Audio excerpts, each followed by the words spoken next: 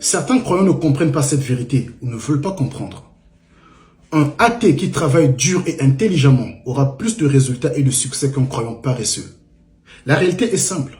Le monde ne fonctionne pas à la foi seulement, il fonctionne aussi à l'action.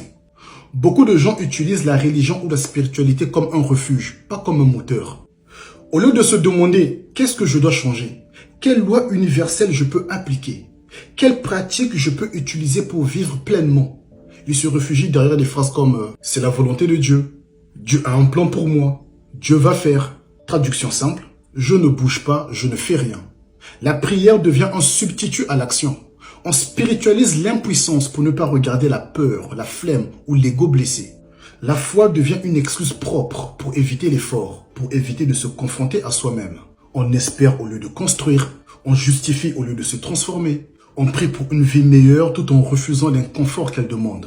Ça, ce n'est pas la foi, c'est de la paresse, parfois même de l'hypocrisie et de la victimisation. Un athée discipliné, lui, n'attend pas d'être sauvé. Il sait que personne ne viendra.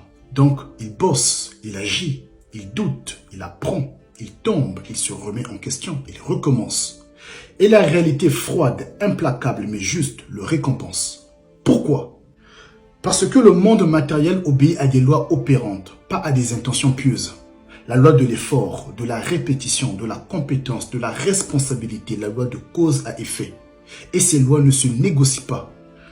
Le réel ne récompense pas toujours ce que tu crois, ce que tu pries ou ce que tu affirmes.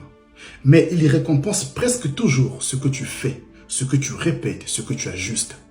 Ne vous méprenez pas. Le monde matériel, en tout cas celui de l'argent, des résultats, des compétences, d'impact, n'en a strictement rien à faire de ta croyance si elle ne se traduit pas en acte. Une croyance sans action n'est pas une élévation, c'est une anesthésie. Le problème, c'est de croire parce qu'on croit en Dieu ou je ne sais en qui d'autre que la vie sera lisse, qu'on a un ticket, une garantie pour le succès ou le mariage heureux. Comme si, encore une fois, croire exonère de la responsabilité, de l'effort, de l'apprentissage, de l'instruction. Mon Dieu, qu'on se trompe. Si ta foi ne te pousse pas à te lever, à faire mieux, à prendre tes responsabilités, alors elle ne sert à rien. Un athée qui agit avancera toujours plus loin qu'un croyant qui attend un miracle et qui finit frustré. Dieu n'aide pas les gens qui refusent de devenir responsables. Le miracle arrive souvent après l'effort, pas avant.